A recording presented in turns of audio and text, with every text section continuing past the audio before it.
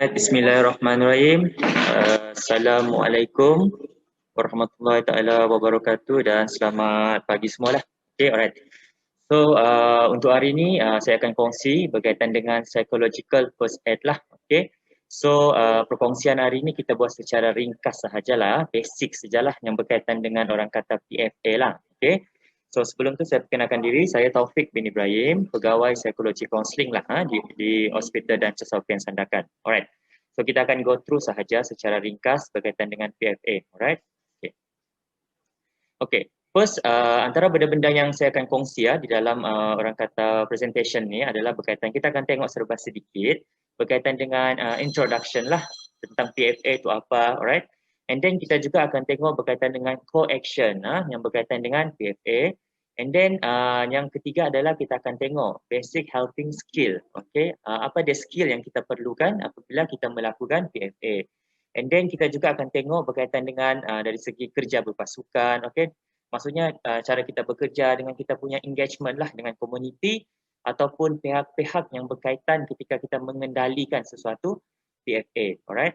And then yang kelima, kita akan tengok macam mana kita memanage, okay, mangsa-mangsa ke ataupun orang kata klien kita yang terlibat, dan di sini juga kita akan tengok dalam konteks bukan mangsa saja tapi dari segi family dorang juga. Okay, kita akan tengok.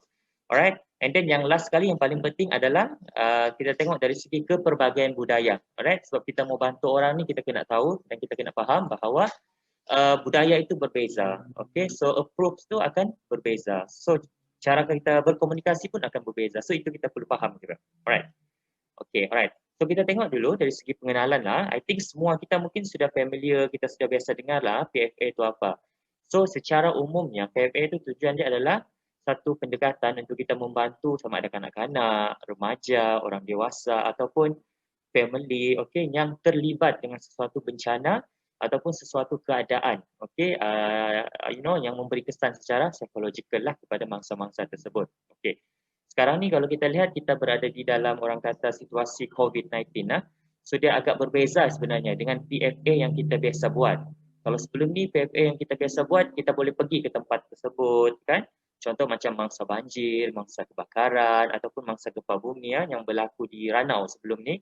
Itu kita boleh pergi, kita boleh jumpa dia punya masyarakat, kita boleh berkomunikasi dengan mereka secara face to face, okay? Dan kita juga boleh berada di tempat mereka, alright? Tapi untuk COVID ni sesuatu yang berbeza kan. So kebanyakan kita menggunakan pendekatan apa yang kita panggil sebagai menggunakan telefon, okay? Ataupun menggunakan WhatsApp dan sebagainya, okay? Alright. And then tujuan dia adalah untuk membantu, okay, mangsa-mangsa ataupun kita punya klien lah, okay, yang mengalami lah kesan-kesan yang memberi kesan trauma ataupun stres lah pada peringkat awal. Okay. So kalau kita fokus kepada COVID-19 ini secara tidak langsung dia berkaitan dengan kita punya masyarakat di luar sana, sama ada masyarakat yang yang pertama adalah masyarakat, yang kedua adalah pesakit lah yang telah admit, yang telah disahkan positif COVID, dan juga yang paling penting adalah kita punya what we call healthcare worker lah, kita punya staff-staff, okay, yang bertugas. Okay, itu pun mereka pun akan terkesan juga. Alright, that's why saya cakap tadi what we call PFA yang untuk COVID ni dengan PFA yang kita biasa buat memang agak berbeza. Sebab secara apa orang kata pengalaman saya sendiri pun bila saya lihat bila kita buat PFA yang sebelum ni kadang-kadang kita membantu tapi kita tidak terkesan. Okay, tapi dalam situasi COVID ni kita sendiri pun mungkin terkesan ataupun kita pun dalam keadaan yang orang kata berjaga-jaga juga. Okay, alright. So PFA ni kita boleh berikan, okay, kepada apa orang cakap ini tadilah, okay, dalam situasi kita bukan setakat fokus kepada mangsa tapi kita juga fokus kepada staf-staf, okay, yang terlibat, yang yang mengendalikan lah, okay, mangsa-mangsa ataupun pesakit-pesakit yang telah disahkan COVID lah. Okay, alright. Okay, so ada ada 5 langkah lah bila kita ingin provide PFA kepada kita punya klien lah contohnya. Pertama adalah information, maklumat, okay. Yang kedua adalah safety, tentang keselamatan. Dan juga kita perlu provide dari segi basic need lah. Basic need ni mungkin paling simple kita katakan, mungkin bila kita jumpa dengan seseorang, okay, kalau face to face, mungkin paling mudah seseorang yang terlibat dengan bencana, mungkin kita boleh bagi dia air, kan? So air yang kita beri itu mungkin bila dia minum boleh bantu dia secara tidak langsung untuk orang kata lebih calm dan sebagainya, okay? Tetapi dalam konteks PFA, bila kita buat COVID untuk yang COVID ni, mungkin kita akan call kan. So bila kita call, agak-agak apa basic need yang kita boleh berikan pada masa yang kita call tersebut kan. Jadi maksudnya kemahiran kita berkomunikasi, kemahiran kita what we call mendengar dan sebagainya tu sebenarnya antara benda yang perlu dilakukan lah untuk kita melihat apakah basic need kita punya klien pada masa tersebut. Okay. And then yang keempat adalah extended stop. Okay.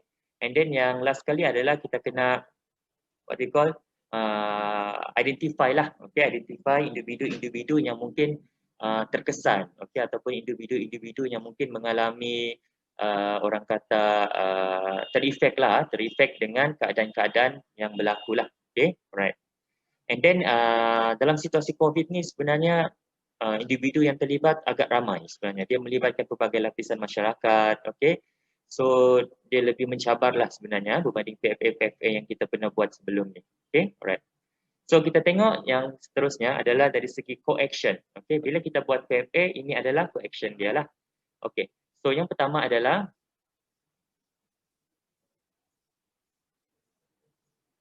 yang pertama adalah contact and engagement, safety and comfort. Yang ketiga adalah stabilization. Yang keempat, information gathering. Yang kelima adalah practical assistance. Keenam, connection with social support. And then yang ketujuh adalah information on coping. And then yang ke-8 kita link. Okay? Link kita punya what we call mungkin klien ataupun mangsa tersebut kepada servis-servis yang relevan untuk diberikan bantuan dan sebagainya. Okay. So first kita tengok dari segi contact and engagement. Okay. Tujuan dia adalah kita mau what we call membina, kita panggil membina connection lah antara mangsa-mangsa tersebut dengan kita lah sebagai seorang yang provide PFA kan. Okay, yang kedua, bila kita melakukan contact dengan engagement ni, first thing bila kita jumpa kita punya mangsa, sama ada melalui face to face ataupun melalui panggilan telefon, adalah penting untuk kita introduce kita punya diri. Okay, kita ni siapa, you know? And then kita ni what we call datang daripada mana, right? So benda-benda ni penting lah supaya yalah bila kita call orang boleh save. Contoh kita memperkenalkan diri, okay, saya adalah Taufik, merupakan tim daripada MHPSS, okay, iaitu di mana kami menghubungi ini untuk melihat keadaan psikologikal ataupun emosi anda pada masa inilah. Okay, jadi bila kita beritahu macam begitu secara pengenalan, orang yang menerima panggilan telefon tu dia akan automatic set dalam fikiran dia, oh orang ni call adalah untuk tanya berkaitan dengan psychological.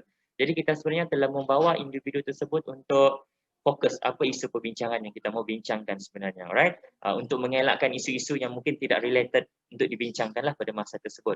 Okay, alright. And then yang kedua juga ketika kita menghubungi mungkin kita boleh bertanya sama ada mereka ada masa ke untuk kita bertanya sedikit soalan, okay, ataupun pada masa kita call tersebut adakah masa itu sesuai ataupun tidak. Okay, alright. And then sekiranya kita menghubungi kita punya klien dan kita dapat meneruskan perbincangan tersebut, okay, so yang paling penting adalah kita melihatlah apa keperluan-keperluan mereka pada masa tersebut. Okay, sebagai contoh mungkin keperluan dari segi orang kata keselamatan ke, keperluan dari segi keperluan asas ke kan, ataupun keperluan dari segi sokongan psikologikal itu sendirilah. Okay, alright. Okay, alright. And then yang kedua adalah dari segi safety dengan comfort. Okay, alright. So untuk safety dengan comfort ni tujuan dia adalah kita mahu meningkatkan rasa selamat dan rasa keselesaan lah kepada klien kita yang kita ingin bantu melalui orang kata sokongan secara psikologikal ataupun melalui sokongan emosi lah kepada mereka, alright. Kadang-kadang kita rasa bila kita call kita punya what they call client, okay, kadang-kadang kita rasa benda tu simple. Tapi sebenarnya orang yang menerima panggilan tu dia rasa macam ada seseorang yang bertanya khabar, so secara tidak langsung dia tahu, oh bila dia perlukan sesuatu mungkin pada masa kita call dia tidak perlu, okay, tetapi at least bila kita call, so dia akan tahu, oh apa sumber yang dia boleh dapatkan sekiranya pada masa-masa tertentu ataupun pada masa akan datang mungkin dia mengalami orang kata keperluan-keperluan tersebut. Okay, alright. So bila kita ingin provide dari segi safety and comfort, antara langkah-langkah yang kita boleh buat adalah yang pertama, kita kena pastikan keselamatan dari segi fizikal. Okay. Contoh, okay, bila kita menghubungi kita punya klien dan klien tersebut mungkin dari segi suara dia kita dengar dalam emosi yang agak mungkin tertekan ataupun emosi yang agak sedih, okay, ataupun dalam keadaan yang bahaya. So kita kena tahu dia berada di mana. Okay, contoh dia kata berada di rumah. So kita tanya lagi, okay, berada di rumah dengan siapa? So means that, contoh kalau dia kata ada family. So kita tahu di rumah itu ada family. Jadi secara tidak langsung kita boleh what we call dapat gambaran bagaimana keadaan kita punya klien lah pada masa tersebut. Okay?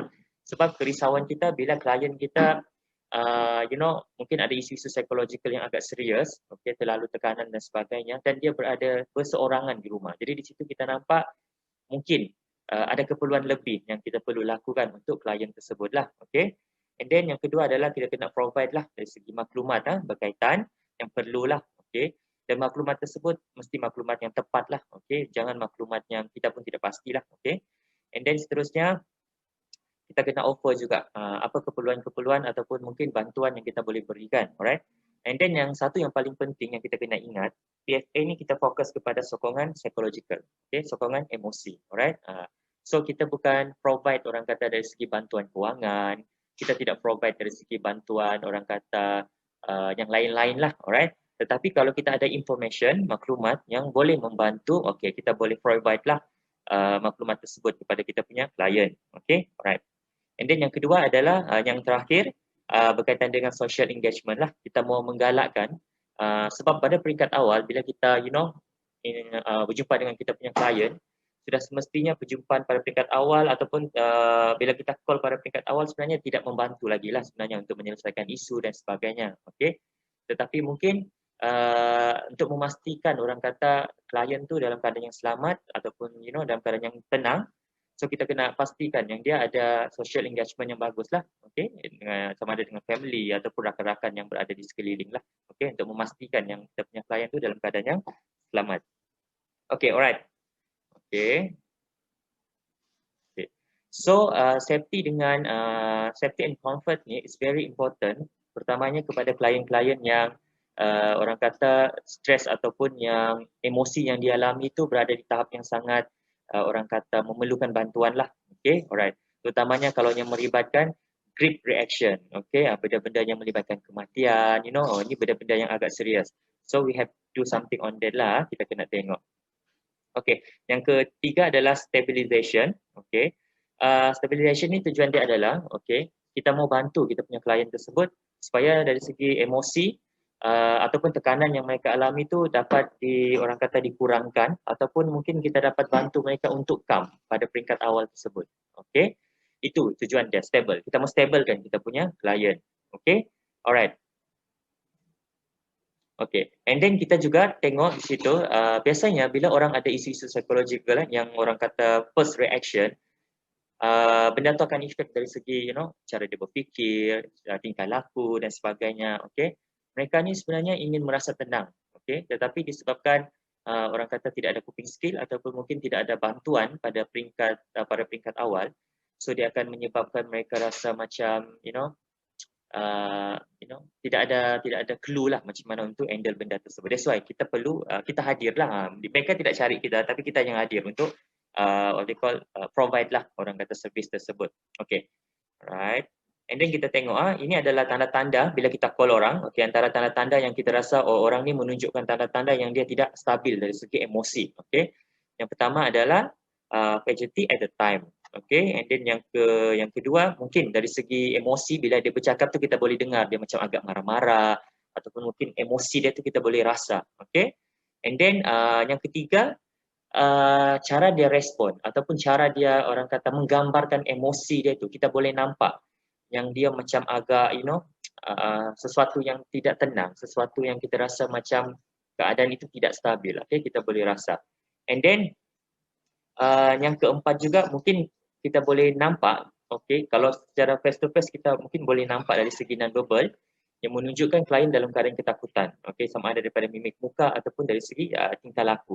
Tetapi kalau melalui panggilan telefon, okay, ini yang kita perlu berhati-hati kerana kadang-kadang sukar untuk kita mengenal pasti sebenarnya. Okay, jadi melalui kita punya perbualan, so kita kena betul-betul mendengar dari segi orang kata intonasi, okay, dari segi ayat-ayat yang dikeluarkan. So daripada situ kita dapat kena pastilah bagaimana keadaan emosi seseorang tersebut pada peringkat tersebut. Okay, dan yang last sekali dari segi tingkah laku yang frantic lah kita kena tengok juga. Okay, alright. So sekiranya tanda-tanda ni ada ketika kita membuat panggilan ataupun ketika kita berjumpa dengan kita punya orang kata klien, so kita kena buat sesuatu lah untuk beri bantuan dan sebagainya. Okey, mungkin kita perlu jumpa juga secara face to face dan sebagainya. Kita tengok keadaan jugalah pada masa tersebut ya. Okey, alright. So ini antara langkah-langkah yang kita boleh gunakan bila kita berhubung dengan seseorang yang kita rasa dia dalam keadaan yang tidak stabil dari segi emosi pada masa tersebut lah. Okey. Okey. Yang pertama adalah mungkin kita boleh bagi masa kepada individu tersebut untuk calm dulu. Okey, ambil masa dulu untuk dia orang kata, maksudnya kita jangan terlalu tergesa-gesa untuk membantu. Okey. Kita kena ambil masa juga. Okey. And then yang kedua, kita juga sebagai seseorang yang membantu, kita sendiri pun kena tenang juga. Okay? So mungkin bila klien kita nampak tidak tenang, kita pula lagi tidak tenang. Kita jadi macam kita jadi cemas macam mana membantu dan sebagainya. Okay? So kita kena tenang. Okay? Walau apapun kita yang kena tenang dulu. Okay? Sometimes bila kita berkomunikasi dengan orang, ada masa yang kita perlu orang kata silent juga. Kita perlu senyap juga untuk memberi ruang kepada orang itu bertenang, untuk memberi ruang kepada seseorang tersebut untuk orang kata berfikir ataupun orang kata untuk melihat, menilai semula keadaan-keadaan dia tersebut. Okay? So kesenyapan tu sangat penting sebenarnya. Okay? So mungkin ada soalan dia akan tanya macam ni, berapa lama kita perlu tunggu kesenyapan tu berlaku? Okay? Actually tidak ada satu guideline jelas yang kita boleh kata kesenyapan tu 1 minit ke 2 minit ke tidak. Kita tengok kepada keadaan tersebut. Alright? Dan adakah kesenyapan itu dibiarkan sehingga klien kita bercakap? Tidak. Okay, tengok pada keadaan. Kadang-kadang kesenyapan itu kita perlu stop jugalah. Okay, tengok kepada keadaan lah. Alright. Okay. And then yang kedua, kita offer lah bantuan kepada kita punya klien. Okay, and then boleh bantu dia juga fokus dari segi orang kata macam mana dia ingin orang kata manage apa-apa isu yang sedang dihadapi lah pada masa tersebut. Okay. And then seterusnya dari segi list support from family and friend juga. That's why penting macam mana yang saya maklumkan pada peringkat awal tadi, kita kena tahu yang klien kita ni di sekeliling dia tu ada family ke, adakah orang yang boleh bantu dia dan sebagainya. Okay. And then get the person oriented to the surrounding. Okay, ini paling penting. Okay. Sebab bila terlalu kita kata overwhelmed dengan stress, banyak benda yang dipikirkan, sometimes kita boleh lose daripada kita punya reality kan. So kita terlalu orang kata kita hanyut dalam rimba emosi kita tu, dalam rimba masalah yang kita hadapi. Alright. So that's why kita kena bantu our client tu supaya dia boleh orang kata keluar daripada orang kata sesat di dalam rimba tersebut untuk kembali kepada reality lah. Okay. Alright. And then providing dia maklumat-maklumat yang diperlukan lah pada masa tersebut. Dan maklumat tersebut mestilah tepat lah. Okay. Alright. Okey, dari segi grounding ini adalah kaedah grounding. Okey, tapi saya tidak akan kongsi di sini grounding. Nanti saya akan kongsi pada last kali ya. Okey, however grounding ni sebenarnya adalah kita mau bantu seseorang tersebut supaya dia boleh orang kata alert dengan dia punya persekitaran. Okey. Sebab bila kita terlalu stres biasanya kita akan hanyut dalam rimba masalah kita. In our problem. Orang kata the jungle of the problem. Kita tenggelam dalam kita punya masalah sendiri. So kita kena buat grounding teknik ni untuk bantu dia keluar. Okay. So ini saya akan kongsi teknik ni pada last slide nanti ya. Okay, kita go dulu. Teruskan. Okay. Seterusnya dari segi information gathering. Okay. Macam mana kita ingin mendapatkan maklumat. Okay. Yang pertama maklumatnya tu kita haruslah kita mesti maksudnya melalui perjumpaan dengan klien tersebut ataupun melalui panggilan. Okay. Kita kena tengok apakah keperluan-keperluan yang immediate, keperluan-keperluan yang orang kata perlu pada masa tersebut, okay, dan concern kita punya klien pada masa tersebut, okay, alright. So antara major area of concern ni contohlah, mungkin kita boleh tengok yang pertama adalah nature and severity of experience, okay, macam mana orang kata tahap keterrukan pengalaman yang dihadapi oleh seseorang tersebut, okay. Contoh kalau kita tengok COVID-19 ni semua orang mengalami, okey. Tetapi apa orang cakap mungkin keadaan-keadaan kita okey ataupun apa yang kita ada tu berbeza daripada satu orang ke satu orang yang lain kan. Okey, contohnya orang cakap paling mudahlah. Kita semua berada di lautan, tetapi yang membezakan adalah kapal yang kita gunakan. Ada orang kapal dia besar, ada orang kapal dia kecil kan.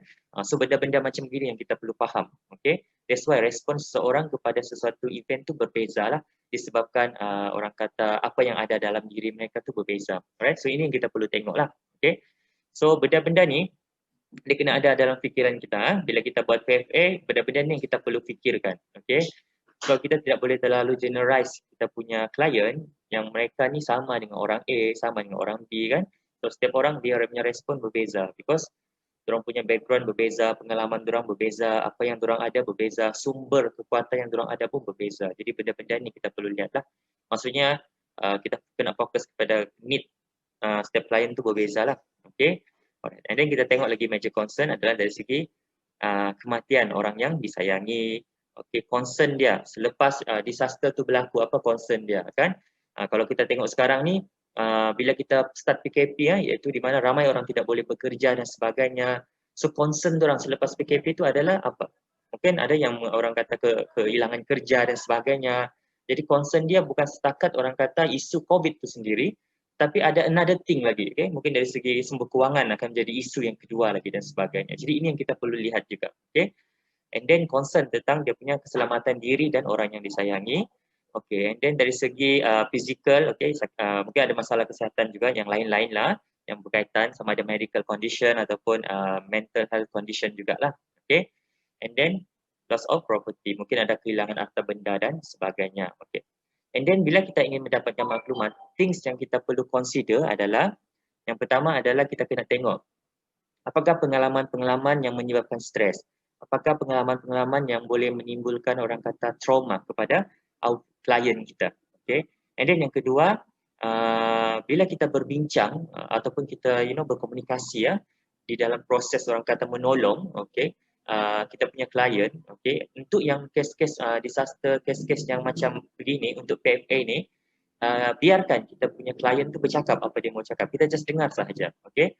So dalam konteks bila kita buat rawatan intervention yang yang orang kata formal, biasanya kita akan jadi what they call directive sikit. Kita hanya akan plan the process. Tapi dalam konteks PFA, kita biarkan kita punya klien tu yang bercakap, apa dia mau cakap, kita just dengar. Okay? Sebab kita kena ingat, bila kita buat PFA, kita bukan fokus kepada rawatan sebenarnya. Kita hanya fokus kepada screening dan kita fokus kepada apa keperluan pada masa tersebut. Okay, the next process yang lebih formal, yang lebih apa orang kata yang lebih terancang itu kemudian. Okay, itu bukan pada peringkat PFA. Okay, alright. And then okay, seterusnya yang penting juga bila kita mendapatkan maklumat, so kita mangsa should not be pressed to close detail. Okay, kita jangan paksa kita punya klien tu untuk orang kata berkongsi sesuatu benda sekiranya mereka tidak ready. Okay, so kita bagi masa untuk mereka take time dan beri mereka sendiri peluang untuk memilih apa yang ingin dikongsikan. Okay, alright.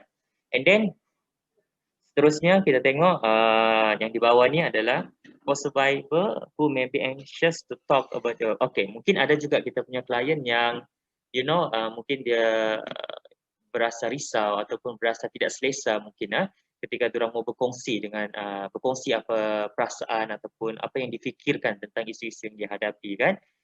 Okay. Jadi apa yang kita perlu tekankan di sini adalah kita haruslah memberi maklumat information lah yang mereka perlukan pada masa tersebut. Apa mereka perlukan, maklumat kita akan beri. Okay. And then kita juga boleh beri maklumat, contohlah pada masa tersebut mungkin our client they not ready to talk, okay, ataupun to share. So we just give what they call orang kata maklumat. Okay, boleh hubungi kami di talian-talian ini sekiranya anda ingin berkongsi ataupun anda memerlukan kami lah di masa akan datang. Alright. So kita, itulah yang saya cakap tadi pada peringkat awal cabaran kita buat COVID ni, PFA untuk COVID dengan PFA yang macam sebelum-sebelum ni sangat berbeza sebenarnya. Kalau yang macam orang kata gempa bumi, kebakaran, kita pergi ke setting, kita boleh nampak, okay, sama ada keadaan tersebut sesuai untuk kita bercakap ataupun tidak, okay. Tapi yang COVID ni kita mau menggunakan telefon. So bila kita call, kita tidak tahu orang tengah bekerja ke, orang tengah rest ke, alright. So kita tidak tahu, alright. Itu cabaran dia lah. So that's why kita mungkin perlu tinggalkan maklumat supaya mereka boleh call kita kemudian dan sebagainya lah bila masa-masa yang mereka perlukan bantuan. Okay, alright.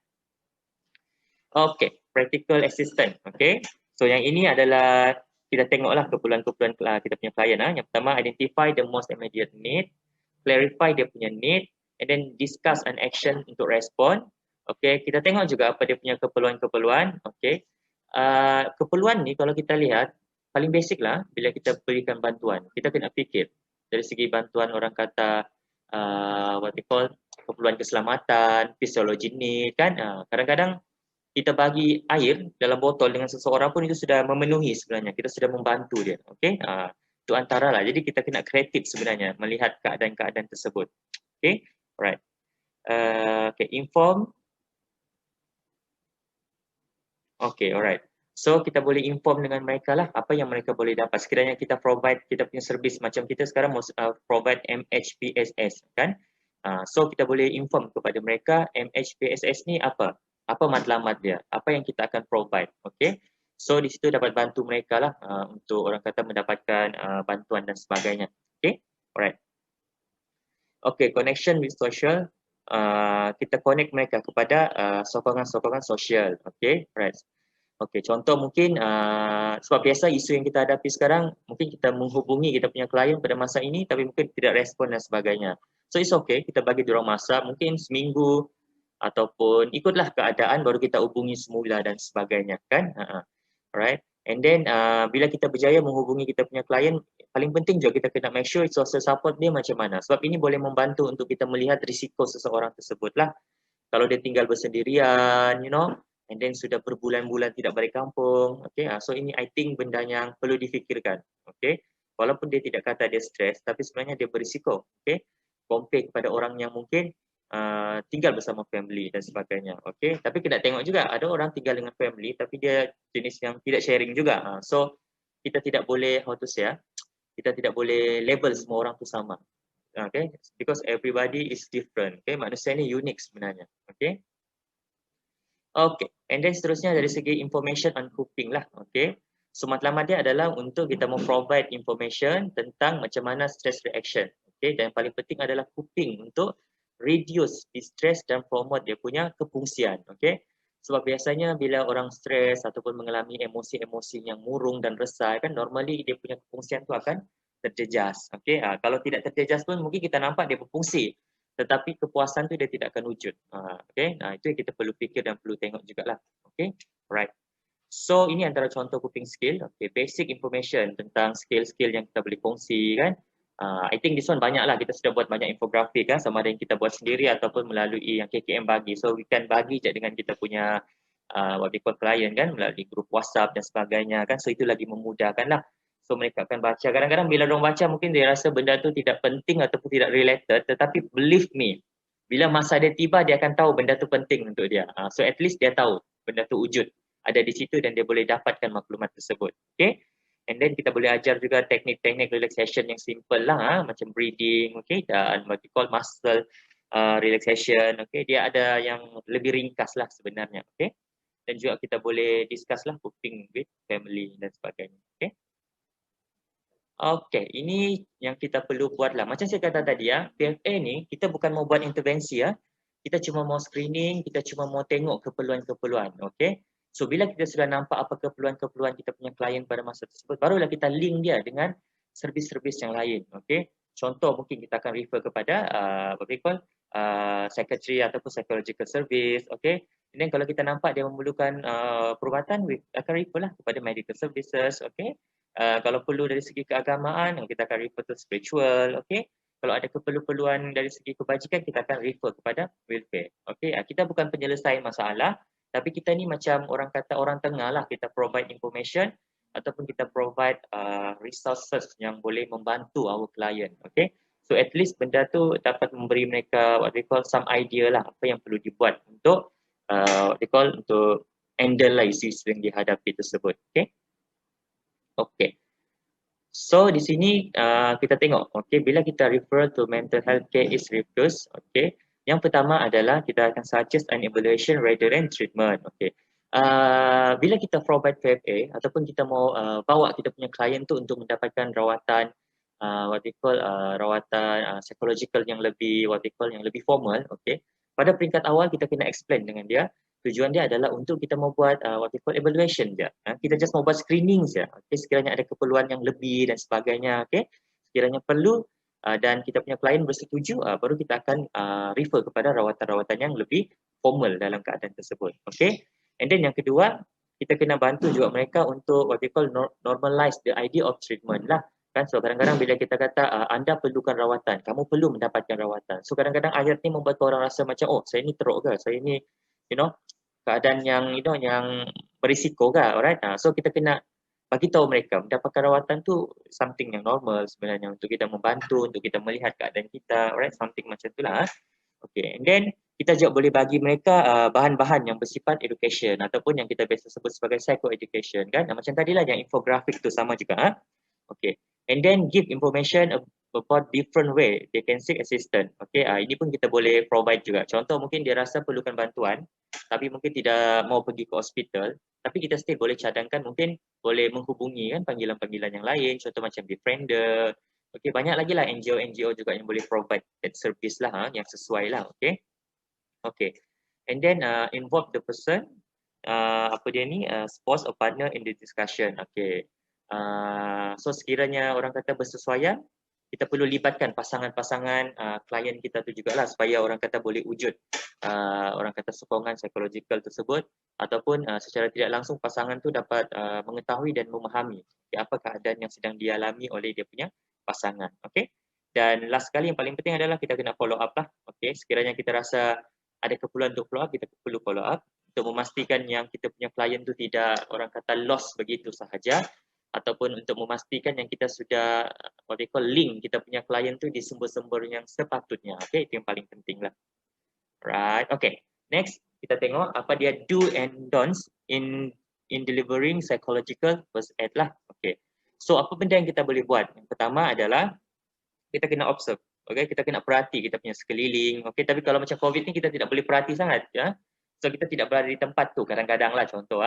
Tapi kita boleh duduk dan fikir dan bayangkan, okay, apa mungkin keperluan-keperluan, apa mungkin yang akan berlaku, apa yang mungkin yang orang akan fikirkan. Okay, sebab secara sedar atau tidak, actually kita pun victim juga sebenarnya untuk COVID-19 ni juga sebenarnya. Okay, and then yang kedua, kita boleh tanya soalan-soalan yang simple. Okay, jangan soalan yang, bila PFA ni kita tidak perlu terlalu detail.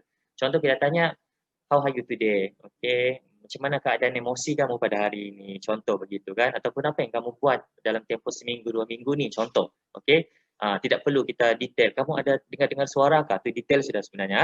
So we have to different lah benda tu. Okay, speak calmly and slowly. Kita pun kena, itulah skill sebenarnya. Bila kita bercakap dalam PFA, kita pun kena calm supaya mereka pun, so bila kita calm, berkomunikasi dalam keadaan yang tenang, so they can give some what called good aura lah kepada kita punya klien bila dia dengar. Okay, okay. And then jangan guna term-term yang, what we call term-term yang agak different lah. That's why kita kena menggunakan laras bahasa yang sesuai lah. Okay, kalau kita bercakap dengan orang, mungkin kita kata orang yang orang kata yang berumur, okay, warga-warga emas, so kita punya ayat tu kena ayat-ayat yang mudah dipahami lah. Okay, yang direct to the point lah. Okay, alright. And then be patient, responsive and sensitive. Okay, kita pun kena, kena sentiasa bersabar. Okay, betul. Bila kita call orang, tiba-tiba orang tu menangis, dan sebagainya kan. Seolah-olah kadang-kadang bila kita call dia nak mau stop pun yang kita punya what we call panggilan telefon tu. So kadang-kadang kita pun lagi stres. Okay, so kita kena bersabarlah dalam keadaan-keadaan tersebut, dan kita kena kreatif. Macam mana kita mau bantu klien pada masa tersebut untuk come. Okay, right. And then last sekali kita kena kenal pastilah apa kekuatan kita punya klien yang boleh bantu dia untuk what we call menghadapi keadaan-keadaan tersebut jugalah. Okay, alright. Tetapi dia kena tengok keadaan. Contoh bila kita bantu orang, kita jangan tanya dia apa kekuatan kamu macam tu. No. Okay, kadang-kadang tidak sesuai di soalan tersebut untuk ditanyakan. Okay, tetapi ada masa-masa yang sesuai, boleh juga tanya. Okay, that's why kita kena tengok keadaan, dan kita kena tengok our client punya state of dia punya emosi ataupun pemikiran dia, baru kita boleh gunakan keadaan-keadaan tersebut. Okay, sebab bila seseorang dalam keadaan krisis, dalam keadaan emosi yang tidak stabil, dia tidak boleh fikir sudah benda-benda macam begini. Okay, okay. So benda yang kita tidak boleh buat adalah, yang pertama, kita seolah-olah macam macam kita macam kita assume apa pengalaman yang dihadapi oleh klien tu. Kita rasa dia ni begini. Kita sendiri yang predict apa sebenarnya dia alami. Okay, tidak. Kita kena ingat mereka berbeza. Macam yang saya cakap tadi lah. Kita berada di ombak yang sama tapi kapal kita berbeza. So we don't know apa yang mereka hadapi. Okay, and then kita assume semua orang akan trauma. Okay, memang tidak dinafikan keadaan krisis ataupun keadaan sekarang ni mungkin akan bagi efek kepada orang lain. Okay, tetapi kita tidak boleh orang kata datang dengan fikiran semua orang trauma macam tu. Alright, that's why kita kena tengok secara individual, okay, dalam keadaan-keadaan tersebut. Okay. And then yang ketiga adalah kita label lah, label our client dengan reaction dia as a symptom. Contoh bila kita jumpa, dia pun telah share dan sebagainya, kita cakap, oh kamu ni macam ada simptom-simptom anxiety ni macam tu . So benda tu akan membuatkan dia lagi takut sebenarnya. Okay, so that's why kita kena berhati-hatilah, okay, pada masa tersebut. Okay, bercakap dari segi diagnosis pun sama juga. Mungkin pada peringkat awal kan, kadang-kadang ada klien bila kita call, dia akan bagi tahu dia apa yang dia alami begini, dan at the end dia akan tanya, saya ini mengalami kemurungan kan ni, dia macam tu kan. So kita jangan cakap, oh ya kamu kemurungan, saya akan diagnosis kamu sekarang lah kemurungan, contoh kan. Tidak. So we have to orang kata bagi dia tenang dulu, okay. Bagi tahu dia itu adalah emosi-emosi yang normal yang kamu akan hadapi bila kamu berdepan dengan keadaan-keadaan tersebut. Okay, alright. And then, okay, yang seterusnya dari segi yang last kali berkaitan dengan kita talking down, okay, ataupun kita patronizing kita punya mangsa-mangsa pada keadaan tersebut. Okay, alright. Okay, seterusnya kita tengok dari segi things to say and not to say, okay, for survivor, family ataupun rakan-rakan kepada saya. Ini dalam kes yang apa ni, yang mungkin mangsa itu meninggal. Alright. So apa yang benda yang kita boleh kata dan kita tidak boleh kata kepada family ataupun rakan-rakan rapat dia lah. Okay.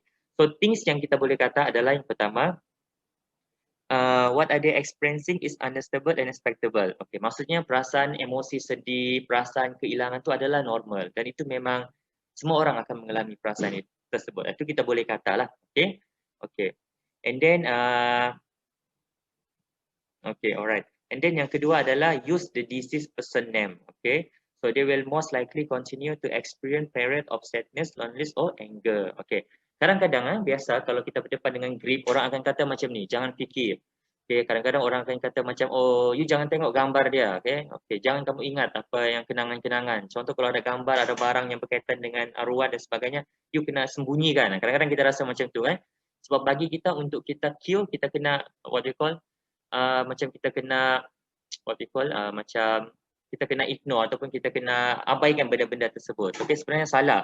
Okey, kita kena berdepan dengan situasi tersebut. Okey, kalau ada gambar dia, tengoklah gambar yang mangsa dan sebagainya. Okey, sebab kalau kita ignore, benda tu tidak akan membantu pun sebenarnya. Sebab paling penting dalam keadaan grief ni, dalam keadaan kehilangan ni, kita kena menerima yang benda tu sudah berlaku. Jadi salah satu cara untuk kita menerima, kita kena berdepan dengan what we call the reality lah. Okey, kalau kita ignore, sebenarnya mungkin itu sebenarnya adalah satu what we call denial je lah. Okay, so it's not good lah. Okay. And then last kali adalah things not to say. Okay, ini adalah benda-benda yang kita tidak boleh what we call, yang kita tidak boleh kata lah. Okay, yang pertama adalah I know how you feel. Saya tahu perasaan kamu, saya tahu. Okay, jangan mention this one. Saya tahu perasaan kamu. Okay, sebab kita tidak tahu perasaan dia. Okay, because we are different kan. Tidak tahu pun apa pengalaman dia dan sebagainya. Okay. Walaupun kita rasa kita tahu, so better jangan mention lah this what we call this word lah. Okay, is better off now. Is okay, contoh macam ni. Oh, bagus juga lah dia sudah meninggal sekarang kan, supaya dia tidak rasa lagi kesakitan tersebut. Kadang-kadang kita akan kata macam tu kan. So kita mau sedapkan hati. Okay, no. Tidak sesuai untuk dikatakan pada masa tersebut. Okay, alright. And then yang kedua, at least he or she went quickly. It was probably for the best. Kadang-kadang kita kata bagus juga lah cepat kan. Itu yang terbaik kita kata. Okay, jom. No, jangan. Sebab it's not the way sebenarnya. It's good that you are alive. Contoh macam ni kan, bila ada satu, sesuatu kejadian berlaku, okay, kita mau sedapkan hati klien kita, oh tak apa, okay, kamu sepatutnya bersyukur, sekurang-kurangnya kamu selamat kan. So jangan, pada peringkat ini tidak sesuai sebenarnya untuk kita keluarkan kata-kata macam begini. Okay, alright. And then, let's talk about something else. Contoh bila kita jumpa dengan our client, kadang-kadang kita rasa kita mau try to distractkan pemikiran dia, so kita bawa dia bercerita benda lain. Okay, tidak boleh dibuat pada masa tersebut.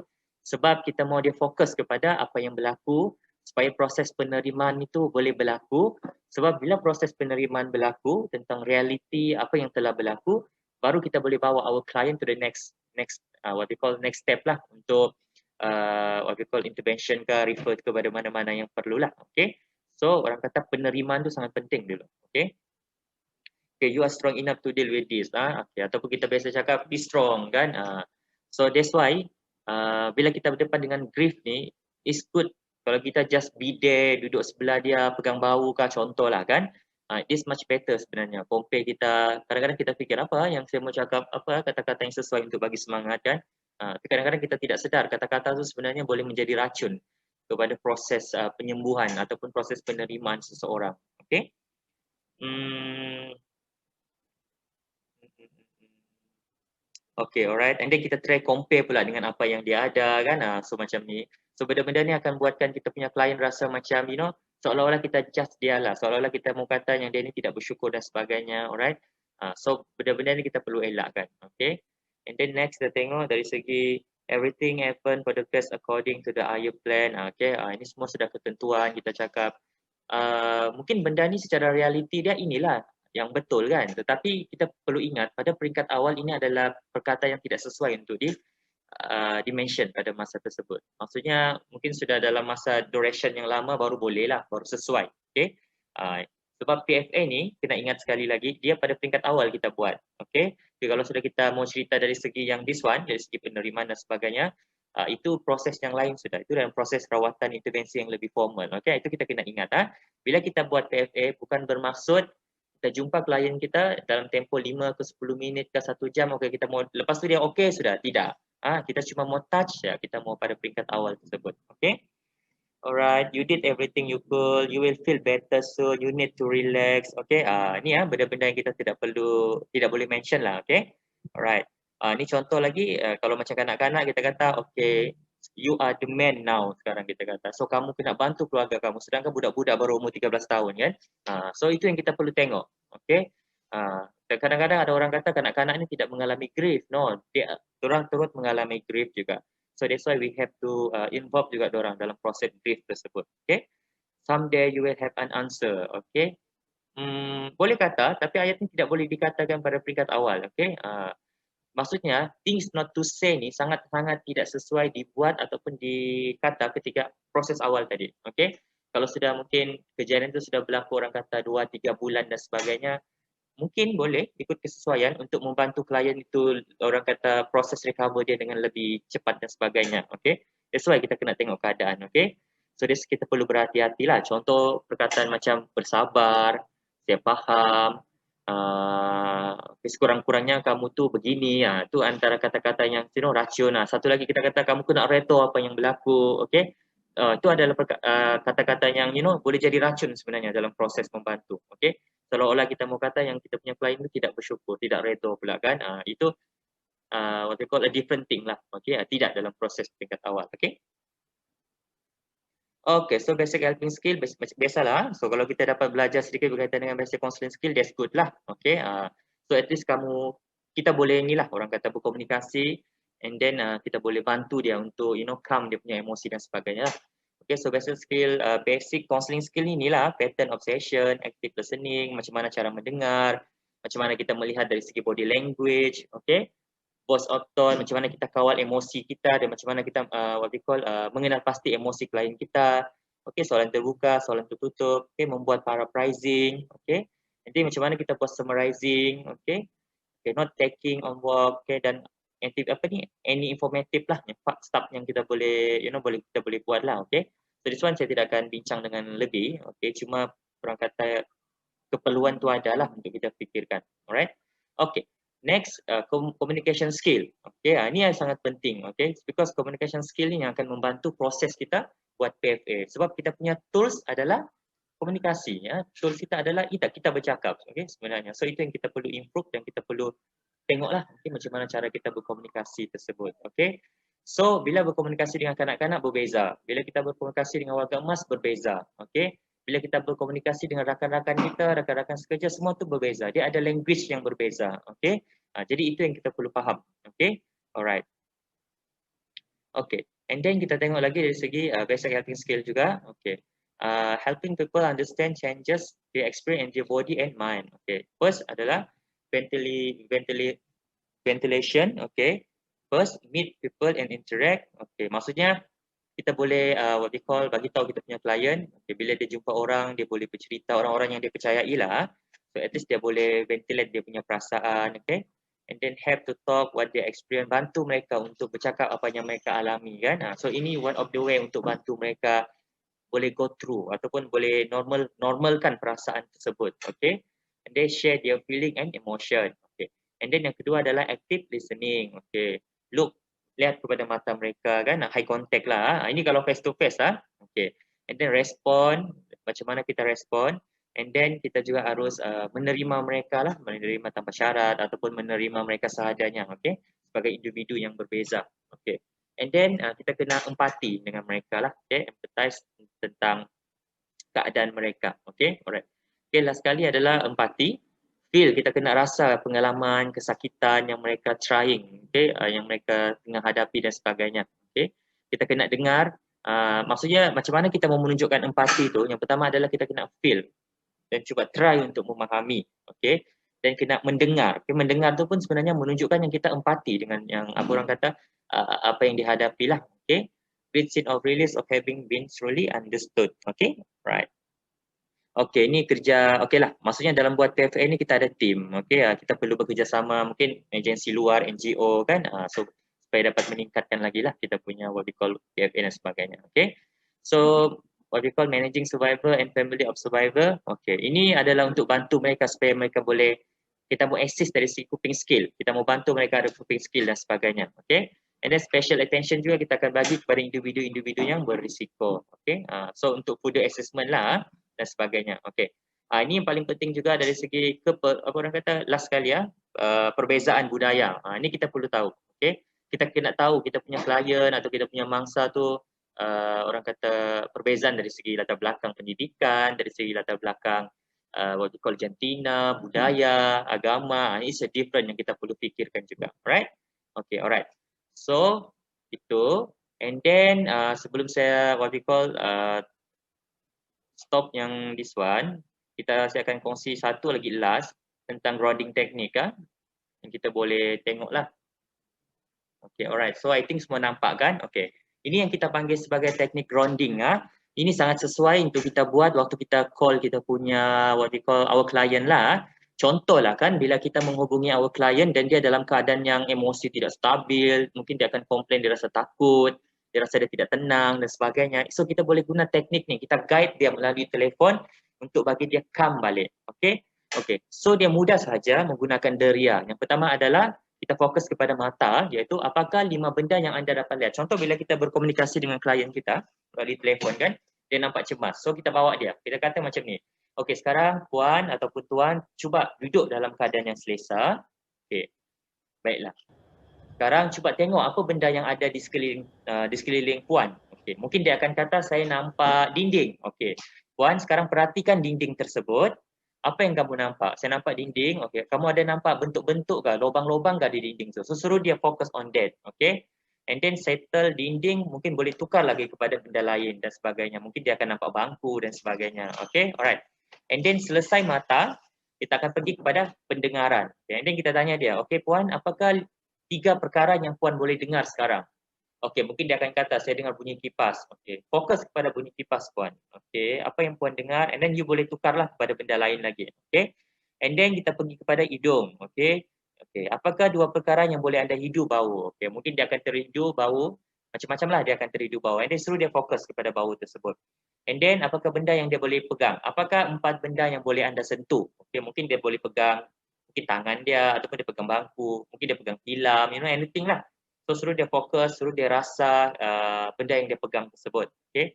And then last kali, apakah satu perkara yang boleh anda rasa melalui lidah? Contoh mungkin dia tengah makan gula-gula kan? So suruh dia feel rasa gula tu manis ke, masam ke. Alright? So ini adalah teknik grounding menggunakan kita punya sendria, bantu untuk kita bawa klien kita keluar daripada what we call keluar daripada supaya dia tidak orang kata terus sesat dalam what we call dia punya rimba masalah tersebut, okay, ataupun tidak tenggelam dengan isu yang dipikirkan.